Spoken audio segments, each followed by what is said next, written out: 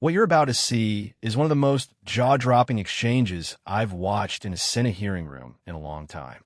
A U.S. senator sits down as sitting cabinet secretary, the head of the Department of the Interior, and in about 4 minutes, gets her to admit she doesn't know who's meeting with her own department, doesn't know who's funding the groups suing her agency, and can't even clearly say who's actually running the show. Emails, FOIA requests, a foreign billionaire. A mind shut down right after a secret meeting. I'm going to break down exactly what happened, why it matters, and why this is bigger than one hearing. Welcome back to the Political Brief. Let's get into it. Thank you, Mr. Chairman.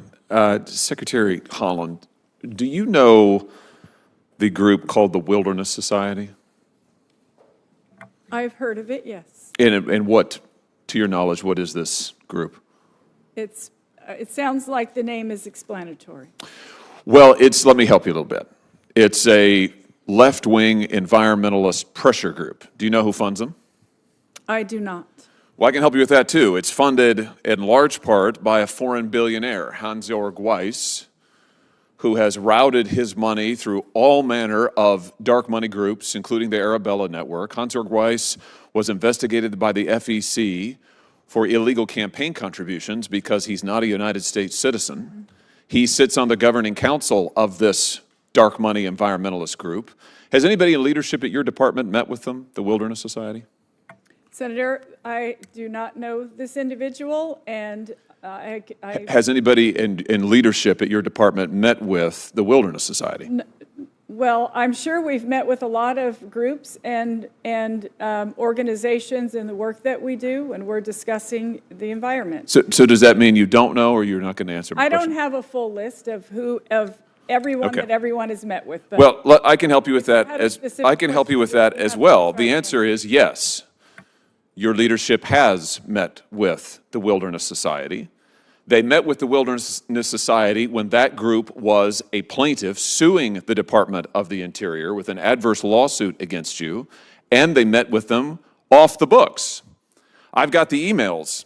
In July of 2021, after you had come to office, members of the Wilderness Society, when they're suing the department, write to your top deputy and ask for a meeting to keep it off of his calendar. Here it is, July 14th, 2021. Can we set up a meeting with these folks? July 19th, 2021, they propose how they might calibrate this so it doesn't look like they're violating any of the rules of the court. And remarkably, it stays completely off of everybody's calendars. We only know about it because FOIA requests were filed. And then after they have these off-the-books meetings, their request is to cancel the mineral leasing rights in Minnesota in the Superior National Forest. This is a critical minerals mine.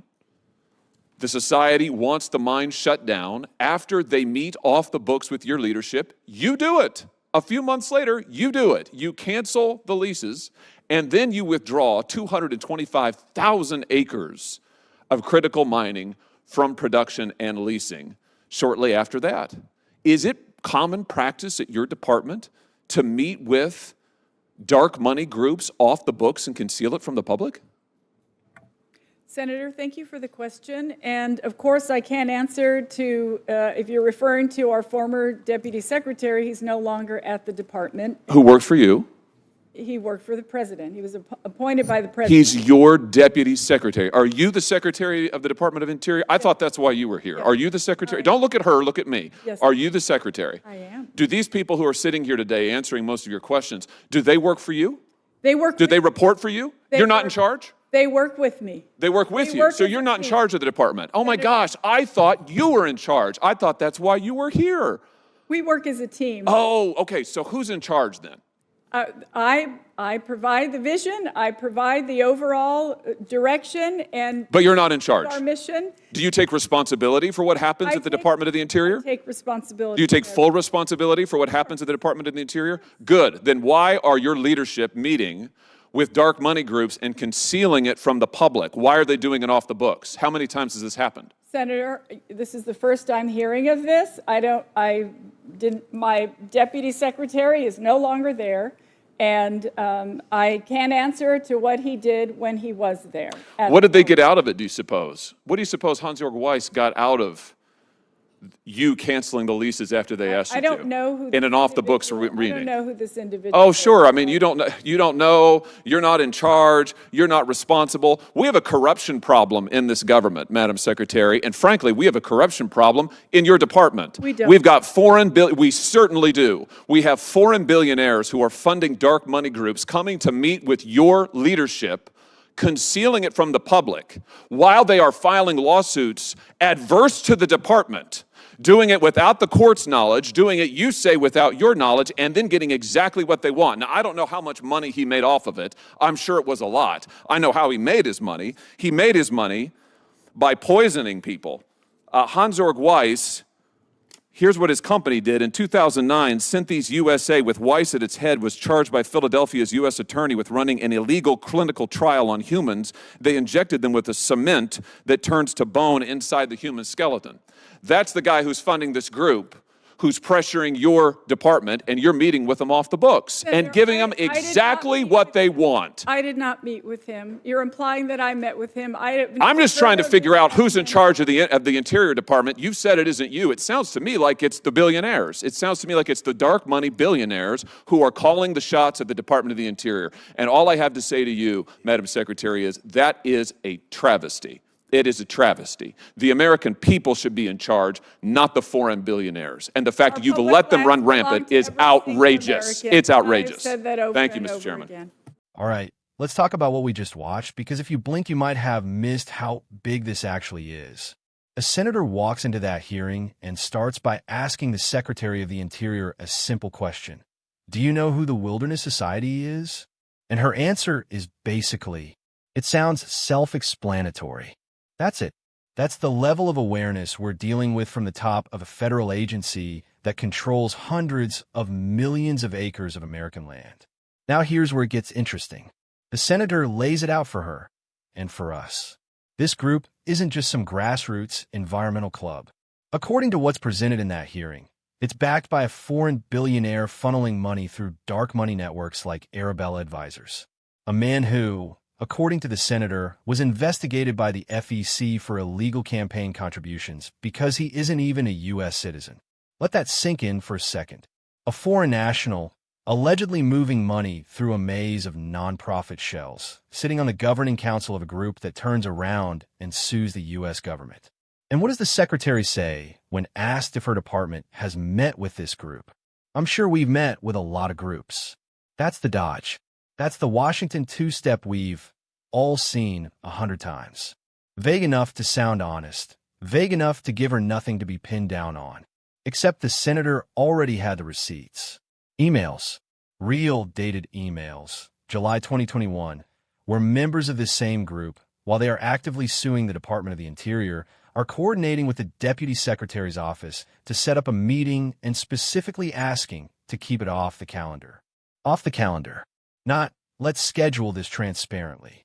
Not, let's loop in counsel since there's active litigation.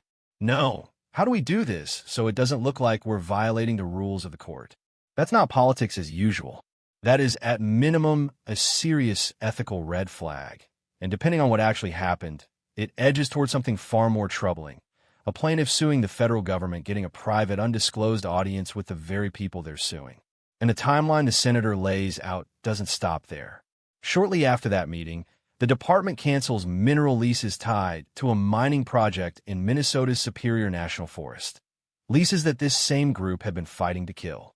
Then, not long after that, 225,000 acres get pulled from mineral production entirely. If the sequence the senator presents is accurate, that's not a coincidence anybody should be comfortable with. That's a pattern. Then comes the moment that, frankly, should be a viral clip on its own. The senator asks point blank, "Are you the secretary? Are you in charge?" And instead of a clean, confident, "Yes," the buck stops with me. We work as a team. I provide the vision. Folks, vision doesn't sign off on canceling federal mineral leases. Somebody made that call. And when the person at the top of the org chart can't clearly say who, or claims ignorance of meetings her own deputy secretary was setting up in her building under her authority, that's not leadership. That's plausible deniability, and taxpayers deserve better than plausible deniability. Here's my take plain and simple, as someone who believes in accountable, transparent government. It should not matter who you voted for, Republican, Democrat, Independent. Nobody should be okay with unelected dark money interests, especially ones tied to foreign nationals, getting backroom access to federal agencies while ordinary American workers, minors, and small businesses have to go through the front door. Follow every rule and get told no. If the allegations laid out in that hearing are accurate, this is exactly the kind of who's really in charge problem that erodes trust in government from both sides of the aisle. Sunlight is supposed to be the disinfectant.